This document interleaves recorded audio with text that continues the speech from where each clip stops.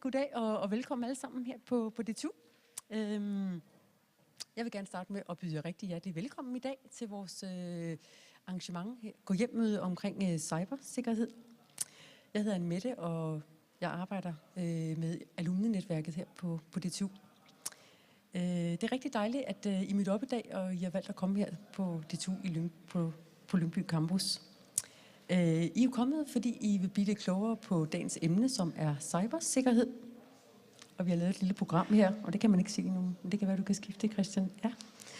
Vi har lavet et lille program her omkring cybersikkerhed, som jo er et af de helt store emner, kan man sige, også en af de helt store udfordringer, som vi har i dag i vores moderne samfund med internet og så videre, ny teknologi. Så det er et emne, der er et spændende emne, som berører os alle sammen.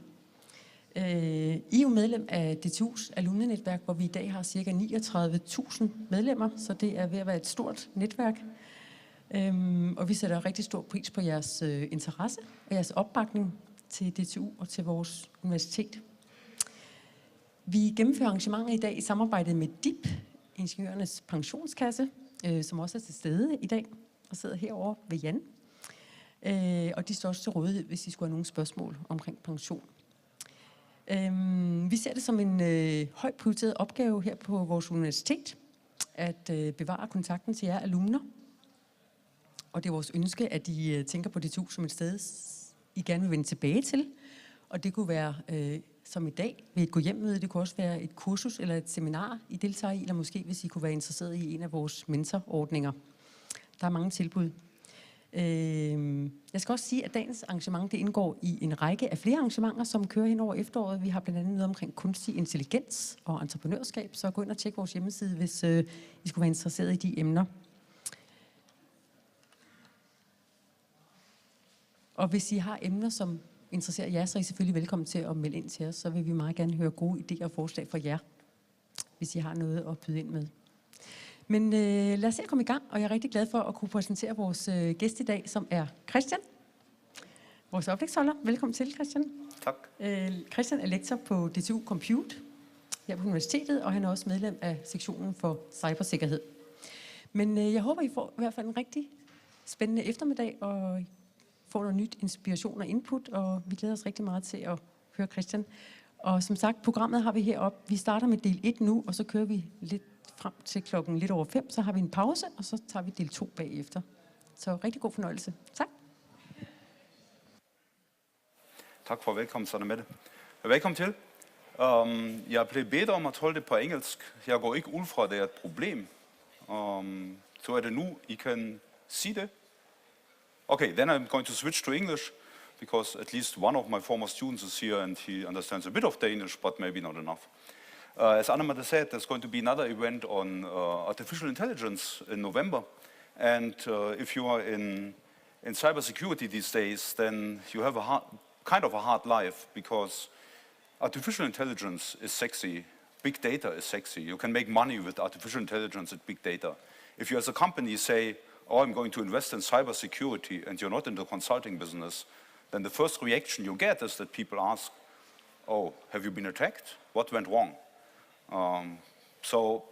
But of course, cybersecurity is a very important issue. The head of department of DTU Compute, Per, became a knight of the Queen recently, and when he was visiting the Queen to thank her for this nice title, she told him that the Queen and her family had been hacked about these building plans for Amalienborg. You might have heard about that. A little bit about me. I have as you're certainly able to hear, I'm originally from Germany. I have a PhD on optimizing object-oriented languages from Saarland University. Then I went to California to UC Irvine to work on virtual machines and JIT compilers. And actually in that time we started the JavaScript compiler that went into the Mozilla browser. And then in 2005 I came to DTU. That's it's kind of a funny experience if you moved from California to Denmark and you talk to people and say, oh, I'm originally from Germany, but now I moved here from California. And everybody's like, why the heck would you move from California to Denmark? But of course it was because of DTU. And now I'm an associate professor in the section for cybersecurity, and I work mostly on organizational security, trying to identify insider threats, cyber social systems, and even though this looks like it might be a P, it's actually a B. But I still have this dark side of my life where I work on embedded systems, runtime systems for embedded systems, and so on, and on compilers. Now, in the abstract for this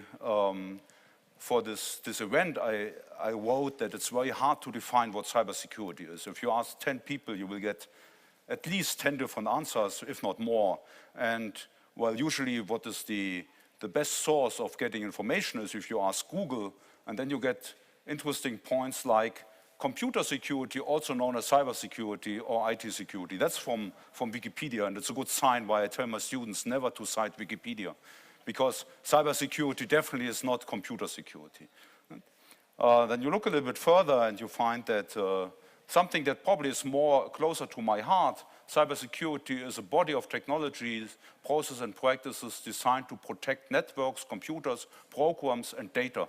And then the next question is, what is left? I mean, this is almost everything, but it's actually, I think this is getting very close to what we believe cybersecurity is. It's about protecting, well, networks, workstations in the networks, and data from attacks and so on.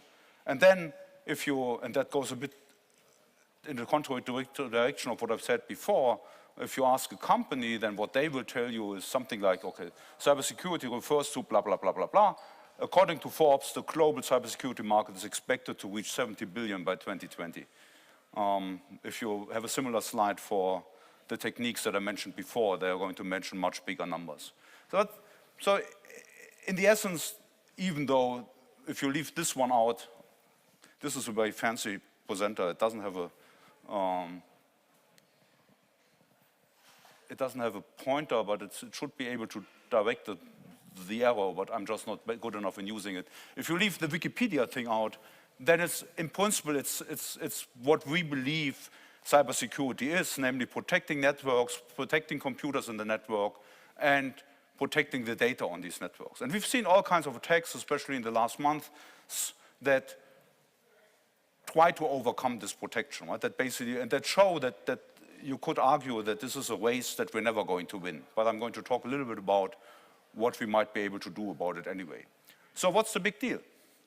Well, the big deal is that, well, first of all, I have 3 claims. The first one is that we're building a pseudo-monoculture of very similar devices. And what I mean by that is especially the Internet of Things, where you have small devices that have very limited computational power, but they all are alike. They look like the minions. If you know how to hack one, you're going to know how to hack all the other ones, and they are very bad in protecting themselves. The next claim is that we should take a step back and should think about whether everything needs to be online. Today we have there's this nice story from F-Secure, which is a very, very successful cybersecurity, data security consulting firm. They got hacked because somebody took a water heater that had a Wi-Fi connection and that leaked the network password of the local area network, of the Wi-Fi network. And you ask yourself, why should a water cooker have to be online? I think today we have this urge to put everything on the net that somehow could be online, and some people have said that leaving the trees was a mistake. This is definitely a mistake. And the final part is that humans are becoming an integral part of cyber systems. And the example I'm going to show is that autonomous cars.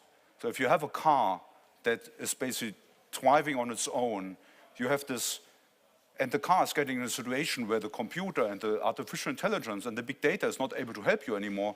You have to transfer control back from the car to the driver. And you have this gap because the driver has been talking to the other people in the car, or has been reading, or has been doing something that he should not have been doing. And you have the gap in the control that makes it very difficult, if not impossible, to take over control of even such a limited complex, of such a system with limited complexity. And basically, I have like 96 slides. I hope you all had dinner before you came here. No, in the break, I'm going to see how far I got, and then I'm going to leave out some of the slides in the second part. But the first part is supposed to be a bit entertaining, and let's start with this. What is this? I've already mentioned it. This is monoculture. And if you, well, when I did this trip from California to Denmark, I took the car from Los Angeles to New York. And if you drive through, well, basically from Denver to New York, you see a lot of these huge fields. And you learn why these states in the middle of the US are called the flyover states, because you don't want to drive there. But if you do, you will see this. And this is basically monoculture. It's mono obviously means single, and culture means the tiling of the land. And of course, the problem is it's in a big scale. It's in a huge scale, and it's this agricultural practice that we see in large parts of on this globe to repetitively plant a single plant species. And there are huge benefits of this. I mean, right? If you have these huge areas with this, obviously you don't want to have it, even though it, oops, sorry, you shouldn't have seen that yet. Even though it looks nice with these small hills, if you are in industrial farming, you don't want this kind of land. What you want is a flat piece of area like you have in the middle of the US, where you basically can harvest your grains without any problems. The problem is that this is not natural. If you looked around before people started doing monoculture, you had like small patches of different things, and they would grow. Sorry. So this is really an unnatural ecological occurrence, and it has some effect, and that's what you've already seen. Does anybody know? Obviously, it's a potato, but does anybody know which potato this is? It's the Irish lumper. This is the reason that so many Irish people are in the US. The one thing, even though I come from Saarland, which is close to Luxembourg, it's a very agricultural area in Germany, and they have a lot of potatoes, and they're known for all the delicious potato dishes they do. I didn't know that potatoes actually reproduce not by seed, but by cutting potatoes in pieces and putting them in the earth again, and then they regrow. What that means is that they share, after several generations, they share all the same genes. And now I have to look at my notes again. In the 1830s, 1840s in Ireland, they grew extensively the Irish lumper. It was a primary food source for the poor. And what happens if you have a large population like potatoes with the same gene pool is that they get very sensitive for the same kind of illness. What happens in the 1830s and in the 1840s was that the Irish lumper basically died out in large areas of Ireland, so they didn't have food anymore. And that, of course, hit especially the poor. And there was a big famine, and as a result, they immigrated to the US. But that's not part of the story, but part of the story is that because you had a monoculture with the same gene pool of the potatoes, you were very vulnerable to a certain kind of what you could call a biological attack. Another example is this one, a big field of corn. And there's I've never been a farmer, but there's a story about Texas male sterility. And it's about mating corn, especially, they all look the same, but apparently there are male plants and female plants, and if you want to maximize production of corn, you have to remove the part of the male plant in order to maximize this. So at some point, somebody had this fantastic idea to check whether they couldn't find some enzyme that they could spray over the corn, and that would actually remove these parts of the male plant, and it worked. What that meant was that this enzyme also had the result that they actually got very, very sensitive for a certain kind of disease, which resulted in the same as with the potatoes, that at some point when this disease hit, large parts of the especially in Texas, of the corn production actually was not available anymore for harvest for the next years to come. So the corn losses were dramatic over the next 2 years, and then decided to not continue with this kind of treatment anymore. So it's the same kind of effect that we've seen for the potatoes. You have a large population with the same properties, and you get very, very sensitive to some kind of a disease that you were not prepared to tackle. Okay, now this is a talk about cybersecurity, so let's return to something not agricultural. What is this? 1969, we have something like 2. In 1971, we have something like 15. Any guesses? This is the size of the internet. 1969, 2 computers. Those were the good old days. 1971, 15. Those were the days when the system administrator still was the good guy, and he knew his machine by hand. These 2 computers in 1969 were owned by these 2 people, Douglas Engelbart. This is the first prototype of a mouse. Hard to imagine, you can't see it today anymore. I just visited my nephew. He has a mouse that is changing color all of the time. Would drive me insane within minutes. And the other guy is Leonard Kleinrock. And they owned 2 computers that they connected, these 2 nodes that they connected with a telephone connection into something that eventually would become the DARPANET.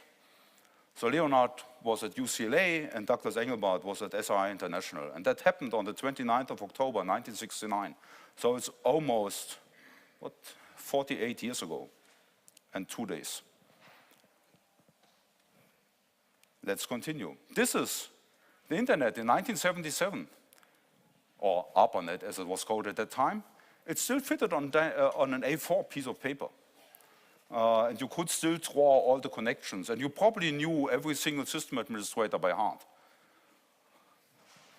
And I mean, we know the story, right? By there should be 1996 down here. We have approximately 10 million nodes. By 2012, we have 9 billion nodes, and the estimate for 2020 is that there are going to be 20 billion nodes in the internet. Does anybody see the connection to the potatoes and the corn?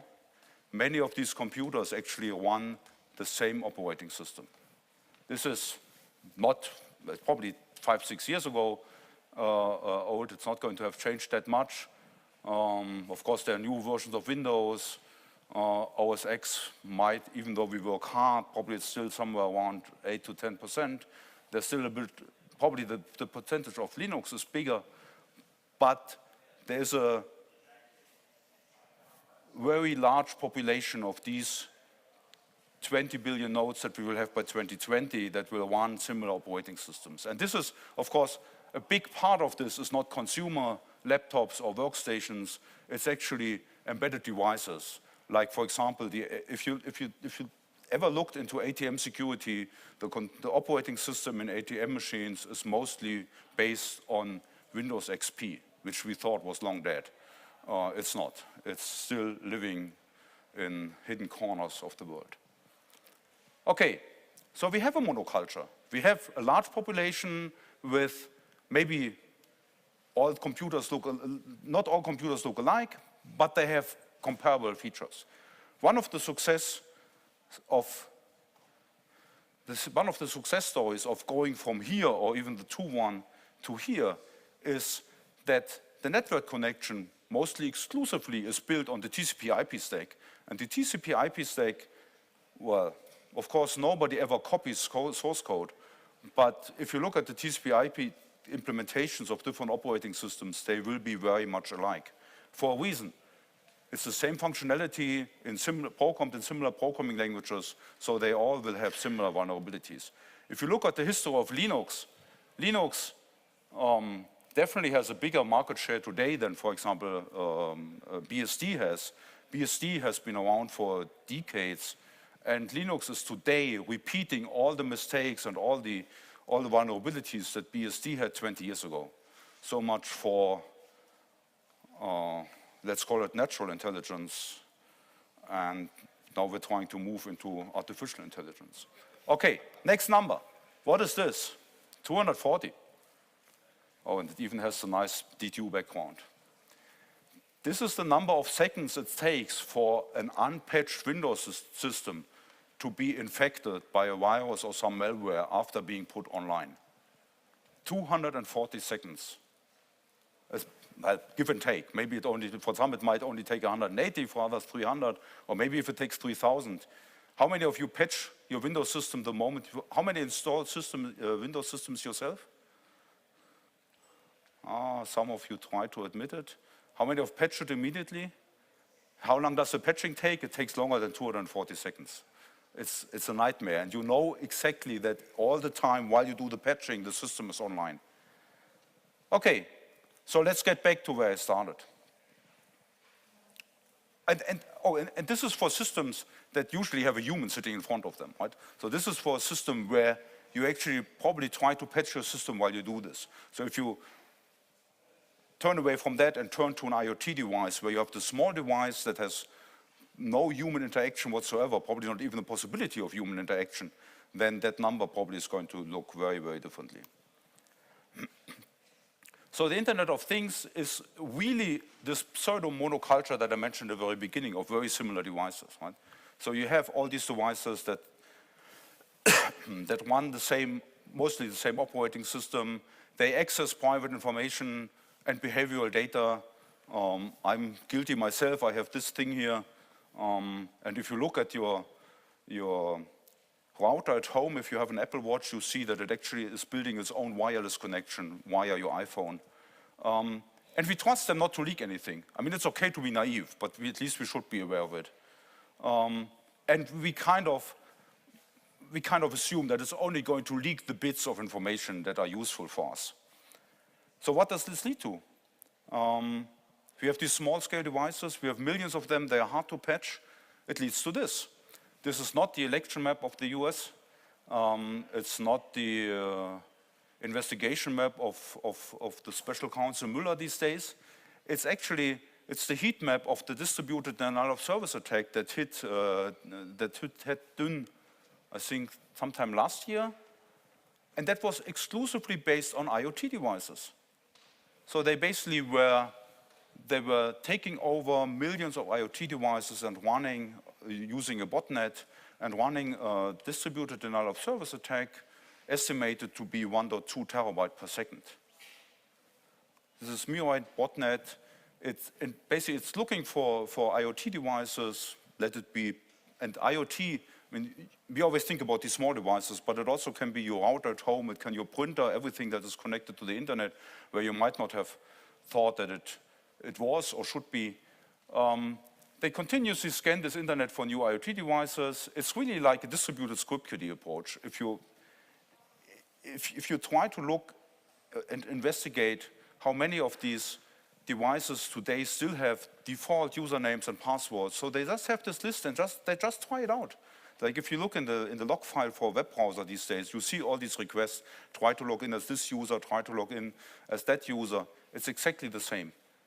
And devices are, if they are infected with the MIRAI botnet, they are infected until reboot, and if you don't, within a few seconds, change the username and the password, they're going to be reinfected again. And of course, this is especially difficult for critical infrastructure because we have plenty of bridges between vulnerable devices and critical infrastructure. People, I mean, it's human. It makes your life easier and you do it without thinking about what that actually might mean.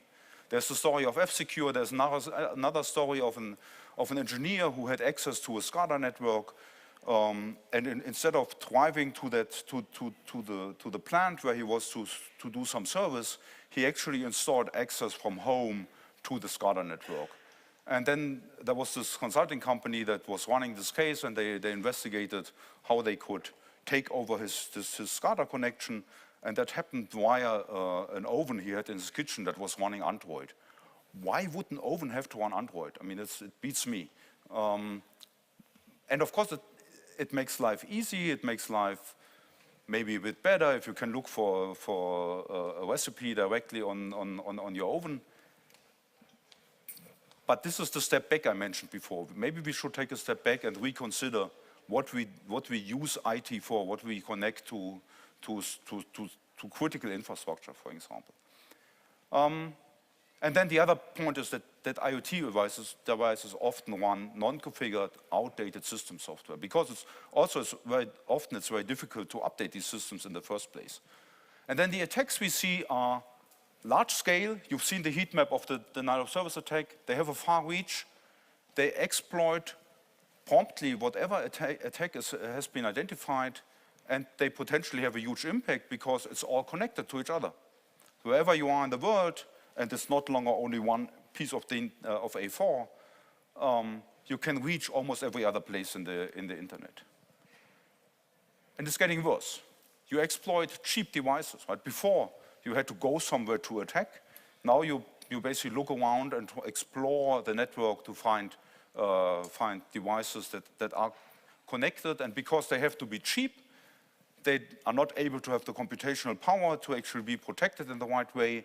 They often don't have the software support to force users to update them. They still function after or during an attack, so you don't even notice. I mean, there's a saying that if you want to have a computer that is really well administered, you should have a botnet take it over, because they will make sure that your computer is patched and behaves in the right way, because they want the botnet to continue to function. And from the manufacturer point of view, they have already been replaced by newer devices. I mean, the product cycle is so short these days that very quickly producers are no longer interested in their earlier devices. So they're not going to come with new software. They're not going to help you in patching things. Very often, when you try to contact them, you never get an answer in the first place. So why on earth? Why would we do this? How do we protect ourselves? Well, we have this patch regime, right? How many of you do patch their computer? I hope that, please make me happy. Okay, yeah, of course. It continues, right? Regularly, on time, proactively. Few of us. I mean, for me, every now and then, a window pops up, there's an update, and then the first thing it offers, please remind me tomorrow. And the next problem is that for many of the bugs we talk about, we don't even know how to fix them. If you have an active device, if you have a device that has a critical, a vital control function, if you have to shut it down in order to patch it, maybe that's a bad idea. If you have an orphan device, that's an expression that we came up with in a workshop. An orphan device is a device that has lost its parents, so to say. There's nobody there anymore who takes care of it. So if it's still connected to the internet, and many of them will be, so how do you cannot switch it off because it might have a vital control function. You can probably not reduce functionality. One way would be to give it a standard password. So you actually, even if you find it, you can take it over. But we just talked about the standard password. Yeah, switching off is not an option either. Imagine that this will hopefully not happen, but imagine that it's a device in a nuclear reactor. Then you wouldn't be able to, hopefully you would not have to switch it off. And if you have large installations, then it's even worse. And of course, the problem is that these devices are very hard to include in a risk assessment. Because, first of all, anybody bring your own device in your company or wherever you work.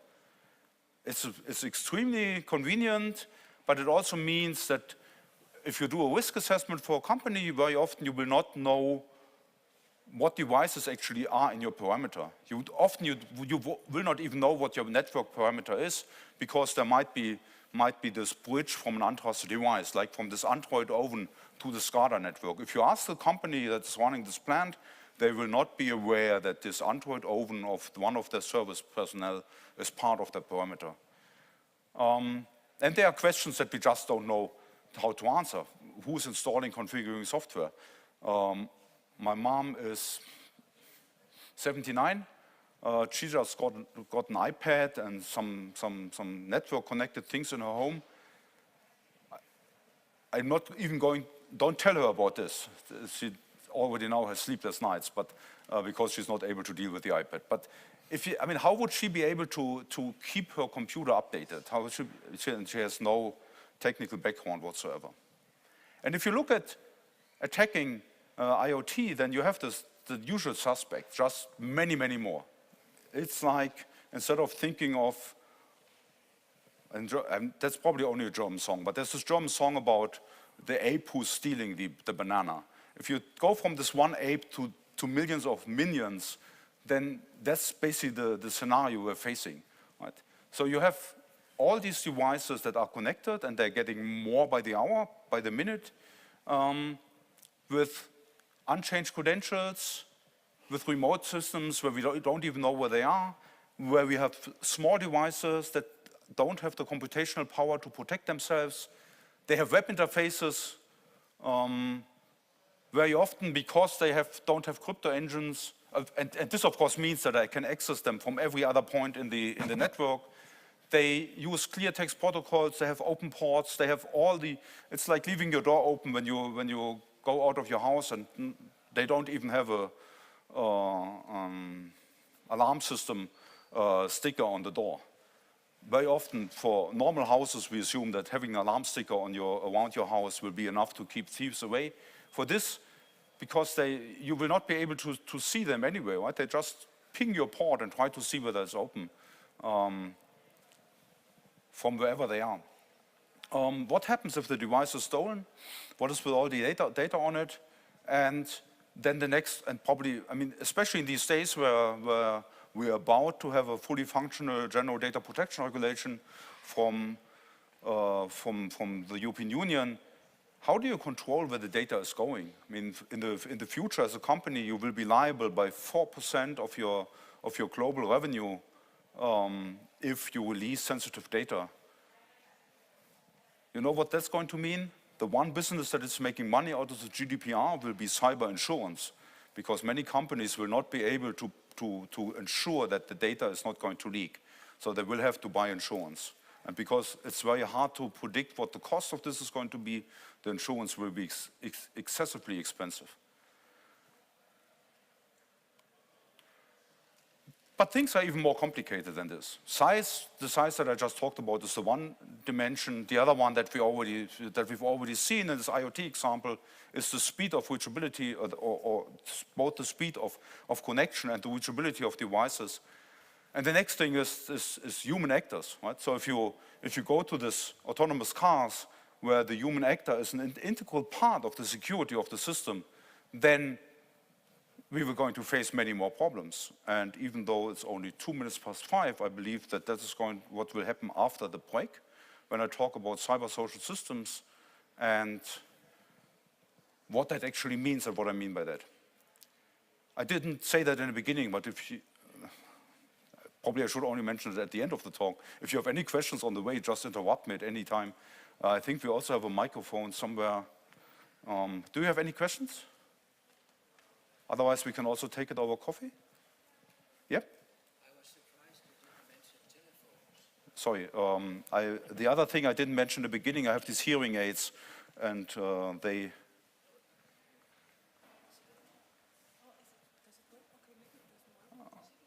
I just come down there and then repeat your question. That's maybe easier.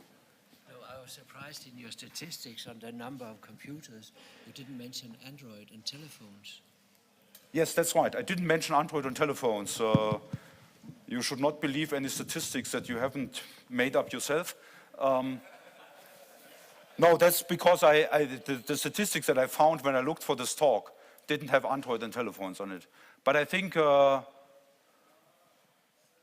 that's a good question. I didn't think about that. And the problem is that doesn't make life better, because phones have basically the same problem as IoT devices. They are a bit more, they have more computational power. But on the other hand, I mean, how many of you are swiping or whatever you call it, these warning messages away when there comes a message that, do you really want to install this app, or do you know what the security implications are? I have this good friend at Microsoft Research who's doing research on security, and he is having this joke that if you give a user the perfect security mechanism or dancing pigs, the user will always choose the dancing pigs. And the reason is that, I mean, if what the user wants to do is to see dancing pigs, if there comes an error message or a warning message, he's just going to click it away. And I guess we've all done that. Do you trust the certificate? I want to see that page. Of course I trust the certificate, or rather I don't care. And so yes, and in that aspect, I think mobile phones are even worse than the kind of computers we're seeing, because there we could at least say the user didn't know what happened because the device is hidden somewhere. But with mobile phones, I guess most of us somehow are guilty that we actually do things where we know that they are insecure, and we do them anyway. More questions? Okay, then I think we have a coffee break, or break of some kind. Ja, tusind tak. Thank you very much. Det er rigtigt, vi har en lille pause nu, og vi har en lille forfriskning herovre, hvis I enten er tørstige eller lidt sultne. Og så fortsætter vi igen sådan cirka 20 minutter over 5. Så I er velkommen til at komme nærmere herover.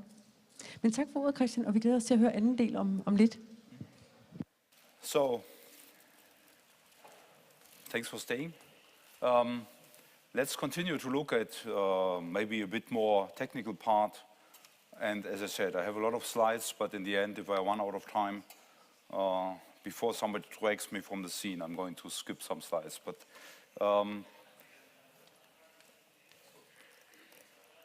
what we've seen is the effect of IoT devices, the effect of IoT systems that are very large scale, where you have small devices that are not able to be protected in the way that we would hopefully like them to be protected.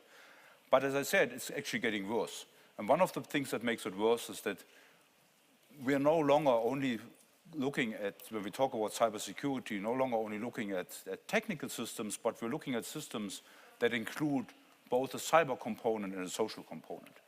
And what is a cyber social system? Well, there's the smiling guy, and of course that is not enough. We also need a computer, and somehow the two need to interact. And that is something that is very well known in computer science. It's known as computer-human interaction or human-computer interaction. And I guess it's not the complete correct way of putting this, but this is mostly about making graphical user interfaces work nicely, so that the user of a machine is able to use the machine and hopefully has a mental image of how the machine is working and can use it in a efficient way, and the computer system can support him or her in doing his job. But of course, what we're looking at is something that is at bigger scale, so you not only have one human, but you have many humans and you have many computer systems. And this is basically this cyber social system where you have in order to perform a risk assessment for the system, you need to take basic properties of the cyber system into account, as well as properties of the human being. So up to now, we have been living in the world where we as human operators had a certain expectation to how the computer is working in order to, well, fulfill our job, or our tasks. Now what we're seeing more and more is that the computer system, in principle, in order to function correctly, needs to have a mental image, if you want to call it that, of how the human operator is working. And the nicest example, or the most prominent example of recent months, are these self-driving cars. And well, we've probably heard about this accident with the Tesla. That well, there were a number of reasons for that. They had a new algorithm for image recognition, and they had reduced some of the sensors to a level that was not operational. And as a result of a number of factors, this Tesla saw a truck turning and thought, oh, that looks like a bridge, let's speed under it. And that was not exactly the best thing to do, obviously. But there are other headlines that go in the same direction. Self-driving cars are already deciding who to kill. If a self-driving car is killing a pedestrian, who's at fault? And maybe for me the most shocking one, because it's Mercedes, is that Mercedes basically said, if they have a self-driving car, they will always choose the passenger's life over a bystander. And if you think about it for a second, well, it doesn't really matter what you choose, right? If you choose the bystander over the passenger or the other way around, it's always a difficult decision that probably an algorithm should not make. What does that mean? Well, it means that at some point you have to hand over. At some point you have to hand over from the machine to the human operator, and that means that's this gap that I was talking about before. If you have a human operator that, well, was watching Harry Potter or reading a book or reading a newspaper. If you look at these future studies of car producers, they always have these cars where you ideally don't even have windows anymore because you don't have to see the traffic anymore. It's like a driving lounge that is going to take you wherever you want. But that means that you're decoupled from what state your car is in, and or what state of the system is in. And if you come into a situation where you have to take over anyway, then you're at a loss, because this mental gap between what you have been doing and what the car has been doing is just too big. That's just as a motivation that we need to consider these cyber social systems.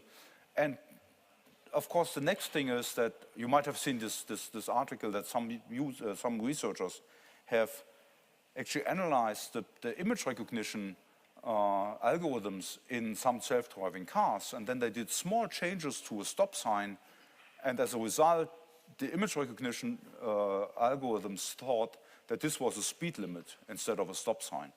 And if you look at it as a human, you see immediately, yes, it's a stop sign with some rectangle somewhere. If you look at it as an image recognition algorithm, you don't see the stop sign anymore. So it would be very easy to, if you want to trick some car into doing something they shouldn't, to just put some rectangles on a stop sign, and the car would not stop anymore, but it would just drive. And it's this kind of considerations that we need to take into account when we want to design cyber defenses or cyber systems. And this kind of attacks we're going to see more and more of, where we have not only a combination of, well, we don't not only have a cyber attack, but we actually have combinations of different layers. This is supposed to look like a steel mill. That's one of the other things they have in the area of Germany where I come from, not only potatoes, but also they had steel mills for some time. And in Germany, there was an attack on a cyber attack on a steel mill. I've always said 12 months ago, but I've done that for several years. So it's probably by now it's 4 years ago or so, where that started with a social attack. That was a spear phishing attack. So they sent targeted emails to people working in the administration of this steel mill with some malware. And of course, nobody ever clicks on the link in the spam email, but somebody did anyway. And what that resulted in was that malware was installed on the administration computers of the steel mill. Now, I've already talked about this Android oven, so I'm not going to come back to that, but the other thing that never happens is that you connect an administrative network with an industrial control system network, because why would you do that? Well, they did it anyway, and so this innocent spam email that all of this started with, in the end resulted in a physical damage to a furnace in the steel mill. And that's a little bit like this attack on an autonomous car where you change the stop sign by putting some rectangles onto it, and that results in the image recognition doing some mistakes in recognizing the stop sign, turning into a speed limit, and then resulting in the physical damage at the car. And with the inherent spread of IoT devices, we're going to see many more of these attacks. So what we're especially interested in is this little section of the overlapping circles. And of course, on the drawing, it looks rather small because it's, otherwise it wouldn't have fitted on the slide anymore.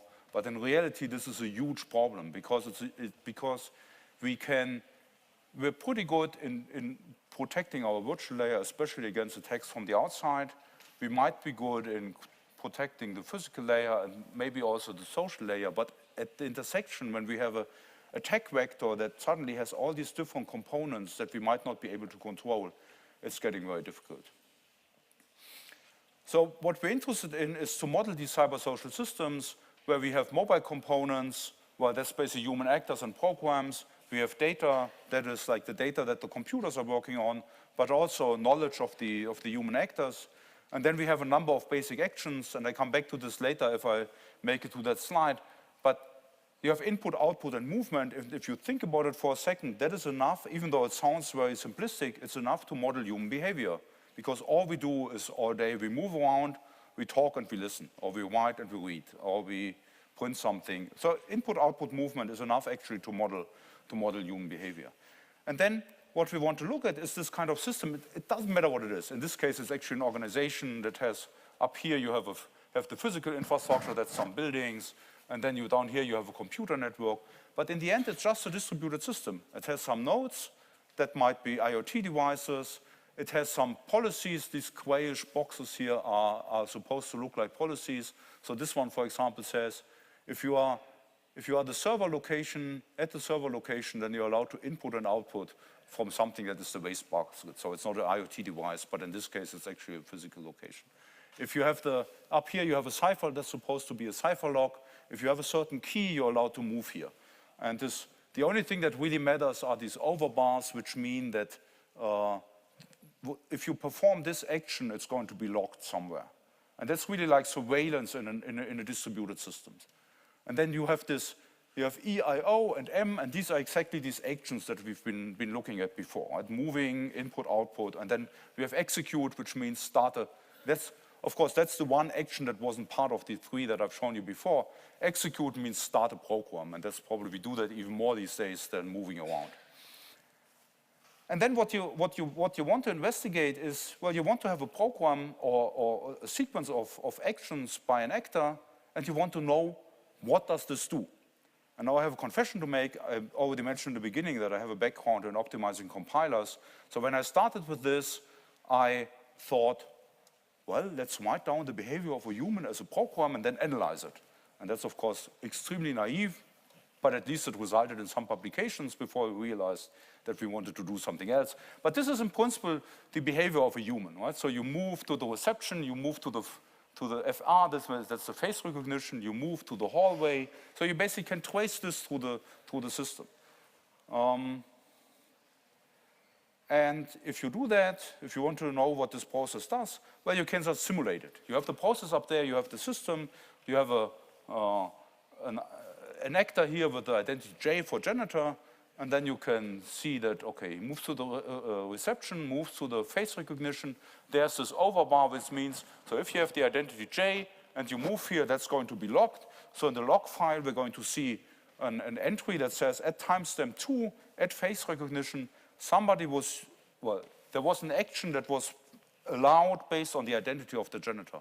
This is important because very often when we talk about this, we say, okay, the janitor moved there.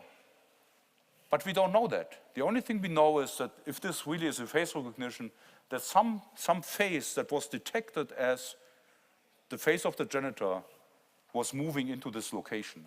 That's the same with the stop sign. So if the image recognition in the autonomous car wrote a log file, they would say at timestamp 2, I've identified a speed limit.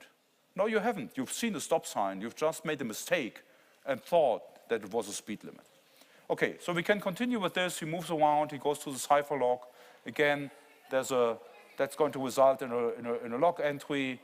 He inputs something from the printer. This case is actually based on how my PhD advisor was communicating his statements about PhD theses to the PhD students. He wasn't allowed to give it to us directly, but he was allowed to be, as a real professor, forgetful and print it out and forget it in the printer and then hoping that somebody would come by, pick it up, and give it to the PhD student. So that's what this janitor does. He goes to the server room. He inputs something from the printer down here where maybe somebody wrote out some confidential data, and then he moves out again. He goes to the face recognition, another log entry down there, and he's leaving the building. And now, as I said, this is a real organization, but just imagine that it's some kind of a distributed system where you have some kind of a surveillance mechanism. For example, somebody is logging in somewhere on a server. That would be the moving around here. Somebody is sending a message somewhere. Somebody is accessing an URL. So you can use exactly the same modeling mechanism to model distributed IoT systems, any kind of a distributed system. And of course, what I've just done, that's what I said, that was my naive approach. That's really cheating, because most of this we're not going to be able to observe. We're not able to observe that somebody is moving around. So if you came here before me, which was very likely because I was in the congestion from the airport up here, I wouldn't be able to say where you've been in coming here. Right? So if this is in the weekend and nobody's in the building and the janitor just sneaks in, we're not able to see all these movements. So he might, for example, have gone into his own office here, and there, because it's based on the standard key, that is not going to be logged. There are many things here that we might not be able to observe. But if you want to do surveillance, if we want to know what state the system is in, we need to be able to observe as much as possible. That can be automatically logged actions, like the ones when he was actually entering the face recognition or entering the server room, or it could be manually logged actions, and that's exactly what CSI is doing. So CSI, I mean, magically, they always are able to find enough evidence within 45 minutes, but when they talk to people, they hear, okay, I've seen Christian come into the building in the middle of the night, and that just results in another log entry being put into this log file, so to say. So the question, what does this process do, is actually wrong. The right question is, what causes this log? Right? Because this is what we know. The only thing that we know is that this has happened in the system. At timestamp 2, somebody with the identity of the janitor walked into the face recognition. At timestamp 4, somebody used the code to go into the cipher log, and then some timestamp 8, there was the same identity used at the face recognition again. And now if you look at it with the eyes of a defender, you could say, okay, if you're able to cheat the system here and make it believe that you're the janitor, then you're probably able to cheat over here again. So the likelihood that you're able to repeat this is very large. And of course, if you've seen recently all James Bond movies, you're immediately going to say, oh, for James, this J actually should be James, not janitor. So what you really get out of this is that you get a sequence of processes that basically represent all possible actions in the system you're investigating that would have caused the same log entrance. And what that means is, for example, after going through the face recognition, he might be moving around here. He might also have broken the door open, right? Because that you wouldn't see in a log file. Is that right that I have 4 minutes left? Sorry. Okay, let's just, there were some points that I wanted to make briefly. So what you really should think about, and I hope you, oh, that looks much nicer on my screen, but I think you can imagine what it is. It's building 101. As a high resolution picture, I wouldn't say you can see that. This is building 101. And now let's assume that you want to defend this building, that you want to, this is the system you want to defend. So you want to know how you can be attacked. And of course that means that you need to know which assets to defend, right? You need to know what it is that you want to avoid an attacker to get hold of. Well, if you need to know that, then you need to know how an attacker probably could get to them. I mean, assume there's some secret documents that you want to protect, so there's somewhere in the safe. So you need to know, basically using the system model like the one you've seen before, to understand how an attacker can get to them. And in order to understand that, you need to look at your organization as an attacker. And that's basically exactly what we've been looking at in our system, in our project. We've been developing something that we call the Attack Navigator. And the Attack Navigator basically takes a system, and that can be any kind of system. It can be physical organization, it can be a distributed system, where you model the system, and then in the system you're going to find every possible attack using analytic risk assessment. So you're basically exploring, like the system model we've just seen, to identify, you specify what the goal of the attacker is, and then the Attack Navigator will give you all possible attacks. Since we're running a bit out of time, what is happening is that, again, this fantastic high, I probably should have asked 101 for a picture, but if I said that I want to attack them, they would not have given it to me. And I don't want to attack them anyway. So this is the building, and you do exactly the same as you do for a navigation system. You zoom out into the surroundings, so you see that, okay, we're actually in the library, and there's Furusu over there, and there's Öresund over here. And then you can zoom in and see closer surroundings, so you see a few more paths, you might see new buildings. Here you can see that this is actually a very recent photo, because the new, well, some of the building activities are still ongoing, but you already can see some of our new nice buildings for the bio. And then you can abstract it to a map. And if you zoom further in, and this is not from this building, but you actually get a blueprint of the building where you can see parts of the, for example, the computer network, and you can see the human actors. And what you do is basically that you start from the real organization and you conceptualize the organization using something like tangible modeling and tools to access. For example, if you have an IoT network, to extract information about the system layout. And then basically what you get out of that is that you create a map that you can use for this Attack Navigator, right? So you have a map of the organization, which is in reality this model that I was talking about, not a real map. And then on the map, starting from the cyber-social system model, you generate attacks and you basically rank them. You rank them with a number, we have a number of tools available for that, for the impact, for the likelihood of success, for the risk of them occurring, and for example, for the budget that the attacker is going to need in order to run, let's say, a distributed denial of service attack on your organization. And this is not going to give you a precise attack vector, but it's going to tell you where in your organization you have to look out. So the workflow in our system is that you start from the cyber-social model of the organization or of the system. What you get is an attack tree. An attack tree is presenting all possible attacks on the system. Right? And that might be overwhelming, but you can be sure that if your model is correct or precise enough, then your attacks are going to be precise enough as well.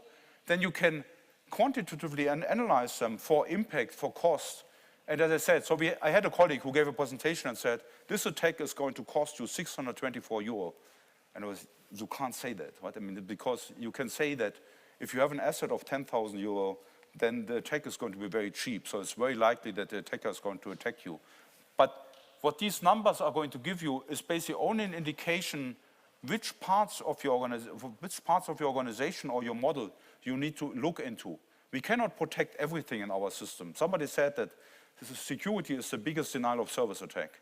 And unfortunately, that's true. If you have a completely secure system, it's not usable anymore. The only thing you can hope for is to identify parts on your system that you can look at and try to understand how do I improve security. For example, through training, for example, through extra surveillance and so on. So you can either highlight in the model which parts contribute, or you can go to the attacks and can see, okay, this is the one attack that has the biggest impact on the organization or on the model I'm looking at. And 2 more minutes. So much to say. I want to show you briefly how we do the attack generation, because that's, well, first of all, that's part of the things I've worked on, and I think and I have a funny comment somewhere in the way. So we have this model where Margrethe is somewhere living in a home. She's using a system to transfer money with a set-top box, and we have Fred, who is somewhere in the city. So this is a very simplistic model, but it's easy enough or simplistic enough to show how the attack generation is working. And it's really like white box testing of these organizational models. So you know everything about the model, everything about your system, and then you get a goal, like you want to use this card to get money, right? And there's a policy that is actually forbidding that. So what you do is you look into the model and find out, where can I get money with the card and the PIN? Well, that's easy. There's only one ATM here. So this is where you want to go. So you look at the policy and say, okay, in order to do that, I need the card and the PIN. So I go back into the model and find out, where can I get them from? Okay, as I said, this is a simplistic model, so there's only one card and a PIN. You query the model, where can I get them from? Well, Margrethe has them. So I go down to Margrethe. She's at her home. I go to the home. And now my wife is an artist, and when she sees my attempts of drawing nice pictures, she's not very amused. But that's the reason why I'm an engineer. This is engineering art. So the next action is to go home. So you recursively always invoke the same algorithm again. You go to the home. Well, suddenly you hit a policy that says you need to be trusted by Margrethe in order to be allowed to go into the home. This could also be you need a password in order to log into this machine. It could be you need to acquire a certain credential in order to do this. But since we're doing white box testing, you go back to the model and say, okay, how can I do that? Well, either I impersonate somebody trusted, that would be fulfilling this policy, right? So you get whatever it needs in order to do this, or you just ignore the policy and break in. Once you've done that, you can go to the home. You can either steal the card and the PIN, or you can social engineer Margrethe to give them to you, and then eventually you go to the end and obtain money. Now this is actually, even though it doesn't look very nice, this is an attack tree. The background is the Attack Navigator map, and this is a possible route for the attacker. So in the complete system, if there was this setup box as well and the computer, you would also see a sequence where Fred is actually dealing with the setup box in order to transfer money from the computer to himself. That would be another route. So you basically get this attack tree that I was showing you before with all different possibilities. Okay, and I think with that I'm going to conclude. Okay, cybersecurity, we don't really know what it is, but in principle it's everything that relates to the protection of networks, computers, and data. And in order to do that in a meaningful way these days, we need to include humans into our reasoning and the risk assessment. System models basically provide the tools to do that. They provide the tools to assess the risk faced in these distributed systems. And approaches like the Attack Navigator have the nice property that you can take a model and you can generate all possible attacks to identify the risk level faced by the system. And it's not going to tell you about concrete attacks, but it's going to tell you what kind of attack are possible and how different parts of the system contribute to these attacks. And what that allows you to do is it allows you to select defensive measures, to identify where should I invest my budget, because in the end, it's all about telling somebody in your organization, well, it's going to cost you this much to do that. Because if you just tell them, and that, again, that brings me back, closes the loop to the comparison between cybersecurity and artificial intelligence and other more attractive techniques. In the end, if you tell somebody, if you don't do this, it's going to cost you this and this much with a certain risk, then hopefully they will listen. So we need to really conclude, we need a change of mind. We need to reconsider what we put online, when we put it online, and how we need to be online. If you look at the Maersk case, for example, if you look at the ransomware that attacked large parts of hospital IT, I would say that I cannot understand why you would put that much IT in a emergency care unit online. Because if you for 1 second had thought about what it means if that IT is not available anymore, you would probably not have done it. And of course, it's always easy to say that after the fact. I think if Maersk had known what the effect of the ransomware on their shipping business would have been, either they would have sold it before like the oil, or they would have ensured that the systems are patched. But the problem is, even for a company like Maersk, with the large number of computers, very often you're not even aware which computers you have until they don't work anymore. Monitoring and logging can help, but only so much. And of course, so in academia, we always say publish or perish. I think what we will see in cyber is more something that I would call patch or perish, because if you don't ensure that your systems either are offline or are in a state that ensures that they are not vulnerable to at least to the most recently known attacks, then, well, Maersk didn't perish, luckily, but I think they were hit very hardly, and others as well. That's all, I think. Thank you.